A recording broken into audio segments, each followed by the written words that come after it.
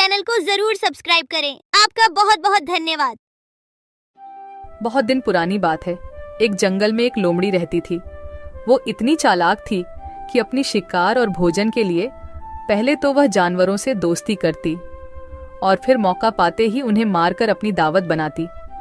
उस लोमड़ी की इसी आदत की वजह से उसे सभी दूर रहते थे। एक दिन उसे कहीं भोजन नहीं मिला तो वह दूर तक शिकार की तलाश में निकल पड़ी। उनके नजर एक तंदुरुस्त बंदर पर पड़ी। वह बंदर पेड़ पर चढ़ा हुआ था। वह लोमड़ी बंदर को देखकर सोचने लगी, इतना अच्छा और तंदुरुस्त बंदर है, अगर ये मेरे हाथ लग जाए तो कितना स्वादिष्ट भोजन मिल जाएगा मुझे। अब लोमड़ी का लालच बढ़ चुका था। वह रोज बंदर को देखता और मौके का इंतजार करता था, लेकिन वह बंदर पेड़ पर ही चढ़ा रहता और वह उनके हाथ नहीं आता। बहुत देर के बाद लोमड़ी के दिमाग में एक सोच आया। ये बंदर ऐसे हाथ नहीं आएगा, कुछ तरकीब सोचनी होगी।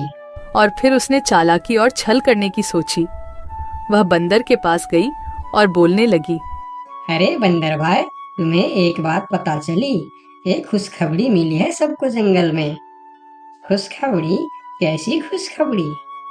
फिर लोमड़ी ने बड़ी सावधानी से बोली, आकाशवाणी हुई है। भगवान ने कहा है अब इस जंगल में सब एक दूसरे से गले मिलकर एक साथ रहेंगे। अब जंगल में कोई भी जानवर किसी दूसरे जानवर को नुकसान नहीं पहुंचाएगा और ना ही मारकर खाएगा।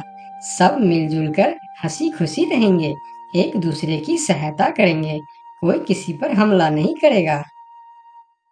लेकिन बंदर होशियार था। वह समझ गया, हो ना हो यह लोमड़ी झूठ बोल रही है।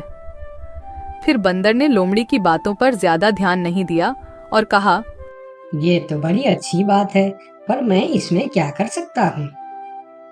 बंदर की ऐसी ठंडी प्रतिक्रिया देख लोमड़ी फिर बोली, अरे भाई, इसी बात पर नीचे तो आओ। आओ ना नीचे, हम गले मिलकर एक दूसरे को बधाई देंगे, खुशियाँ मनाएंगे। बंदर अब लोमड़ी की चालाकी समझ चुका था, इसीलिए वह मुस्कुराते हुए बोला, ठीक है लोमड़ी बहन, लेकिन तुम पहले अपने उस दोस्त से तो गले मिलो जो तुमसे गले मिलने के लिए खुशी खुशी इसी तरफ दौड़े आ रहे हैं। मुझे वह पेड़ से दिख रहा है। लोमड़ी हैरान होकर पूछा, मेरे दोस्त? कौन सी दोस्त? अरे लोमड़ी बहन, शिकारी कुत्ते, वह भी तो हमारे दोस्त ही है ना। वह भी शायद तुम्हें बधाई देने आ रहे हैं। शिकारी कुत्ते का नाम सुनते ही लोमड़ी थर-थर कांपने लगी। वह बहुत डर गई, क्योंकि उसे लगा अगर हम यहाँ थोड़ी देर और रुकेंगे तो यह बंदर भले ही हमारे शिकार बने न बने, लेकिन मैं उस शिकारी कुत्ते का शिकार जरूर बन जाऊंगी। इसलिए उसने अपना जान बचाना ही भला समझा और वहां से भागने लगी। और फिर बंदर ने लोमड़ी को हंसते हुए कहा, अरे बहन, कहाँ भाग रही हो? अभी तो हम सब दोस्त है ना, तो डर किस बात का? थोड़ी देर रुको। अरे रुको तो सही। फिर लोमड़ी थोड़ी रुकी और बोली, अरे भाई, दोस्त तो है, लेकिन शायद शिकारी कुत्ते को ये खबर नहीं मिली होगी।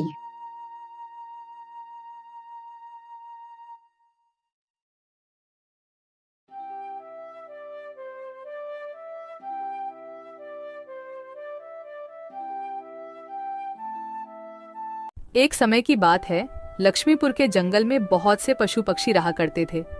उसके बीच रंगीला नाम का एक बड़ा ही नेक हिरण भी रहता था। वह बहुत ही मेहनती, मिलनसार और परोपकारी था। वह अपने मन, कर्म और वचन से सबका ख्याल रखता था। किसी का स्वास्थ्य खराब होने पर वह हालचाल लेने के साथ साथ उसके उपचार की भी व्यवस्था करता था। वह जहां रहता था वहां अपने मेहनत से चारों तरफ हरियाली रहता था। एक बार रंगीला स्वयं बीमार पड़ गया। उसे ऐसा बुखार चढ़ा कि उतरने का नाम ही नहीं ले रहा था। उसने स्वयं कुछ जड़ी बूटियां खाई, लेकिन कोई लाभ नहीं हुआ। उनकी बीमारी की खबर पूरा जंगल में फैल गई थी, लेकिन उसे देखने के लिए कोई नहीं आया। तब उसका मन अधिक मुरझा गया। उसे उठा नहीं जा रहा था। फिर भी वह उठकर थोड़ा आगे आया और उसने देखा कि 2 हिरण उनके इलाके में आ गए थे।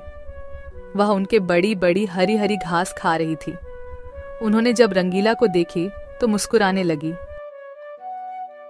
अरे रंगीला, कैसी है तुम्हारी तबीयत? हम लोग तो तुमसे ही मिलने आए हैं, तुम्हारा हालचाल जानने आए हैं। हाँ रंगीला, मैंने सुना तुम्हारी तबीयत बहुत खराब है, तो हमसे रहा नहीं गया, इसीलिए चले आए हैं। अब बताओ, कैसी तबीयत है तुम्हारी? तबीयत में कुछ सुधार नहीं आया है, अब कोई दूसरी दवा लेनी पड़ेगी। हाँ हाँ, अच्छी दवा लेना और अपनी ख्याल रखना। अब तुम आराम करो, हम चलते हैं। रंगीला मुड़कर अपनी घर के तरफ चला गया और इधर दोनों हिरण फिर से रंगीला के इलाके के हरे हरे घास खाने लगी। हमने इस जगह के बारे में जितना सुना था उससे कहीं ज्यादा पाया। रंगीला ने बड़ी मेहनत से ये गुलशन सजाया है। चारों तरफ हरियाली ही हरियाली है, देखकर और खाकर तबीयत खुश हो गई। अभी पेट भरकर खा लेता हूँ, फिर कल रंगीला से मिलने के बहाने आ जाऊंगा। हमें रंगीला से क्या काम, हमें तो यह हरियाली खींच लाई है। चलो, हम फिर कल आएंगे रंगीला से मिलने के बहाने। जब दोनों हिरण का पेट भर गया तब वह वहां से चले गए और अपने इलाके में जाकर वह रंगीला के इलाके के हरे हरे घास के बारे में तारीफ करने लगे। अरे भाई, यहाँ सूखे घास खाकर पड़े हो, वहाँ जाओ रंगीला के दरबार में, रंगीला का हालचाल पूछो और पेट भर के हरे हरे घास खाओ। बहुत अच्छा है रंगीला, उसके बीमार होने पर भी हमें हरे हरे घास खाने के लिए मिल रहे हैं। रंगीला बहुत अच्छा है, बड़ा ही नेक हिरन है, उसके बीमार होने पर भी हमें हरे हरे घास खाने के लिए मिल रहा है। इससे अच्छी बात और क्या हो सकती है। वहां बहुत सारे हिरण की टोली बन गई। वह सब रंगीला के पास पहुंच गए और रंगीला का हालचाल पूछने लगे। पहले तो रंगीला को इस बात की बहुत खुशी हुई कि कितने सारे लोग इनके हालचाल पूछने आ गए, लेकिन उसके बाद का नज़ारा देखकर रंगीला का सर चकरा गया। सारे हिरण उनके इलाके के घास खाने में जुट गए थे। कुछ हिरण तो फल भी खा रहे थे। उनके पास सर उठाकर इधर उधर देखने की भी फुर्सत नहीं थी। रंगीला बेचारा मन ही मन सोचने लगा कि यह लोग मेरे पास 2 घड़ी भी नहीं रुके और घास खाने में जुट गए। अगर यही हाल रहा तो मेरे इलाके के सभी घास खत्म हो जाएंगे, मेरे खाने के लिए भी कुछ नहीं बचेगा। लेकिन उसके थोड़ा देर बाद ही उनका मित्र भालू वहां आ गया। उसके आने में देर हो गया था। माफ करना दोस्त, मुझे आने में देर हो गई है। तुम्हारे लिए औषधि लाने बहुत दूर चला गया था। औषधि तो मिल गई, लेकिन आने में थोड़ी देर हो गई। ये जड़ी बूटी तुम जल्दी खा लो और जल्दी से ठीक हो जाओ मेरे दोस्त। रंगीला ने वह औषधि खाई और कुछ देर बाद ही उसे आराम मिलने लगा। उसका दोस्त भालू उनके साथ ही रुका रहा और 2 दिन के बाद रंगीला का तबीयत ठीक हो गई। लेकिन उनके खाने के लिए न कोई घास बचा था, न कोई फल बची थी। उनकी सारी मेहनत पर पानी फिर गया था। वह बहुत उदास हो गया। दोस्त रंगीला, मैं जानता हूँ ये मतलब का संसार है। ज्यादातर यहाँ सब दोस्ती दिखावा का ही करते हैं। सब अपने फायदे की सोचता है। तुम चिंता मत करो, हम दोनों मिलकर यहाँ फिर से अपना गुलशन सजाएंगे, एक नई दुनिया बनाएंगे।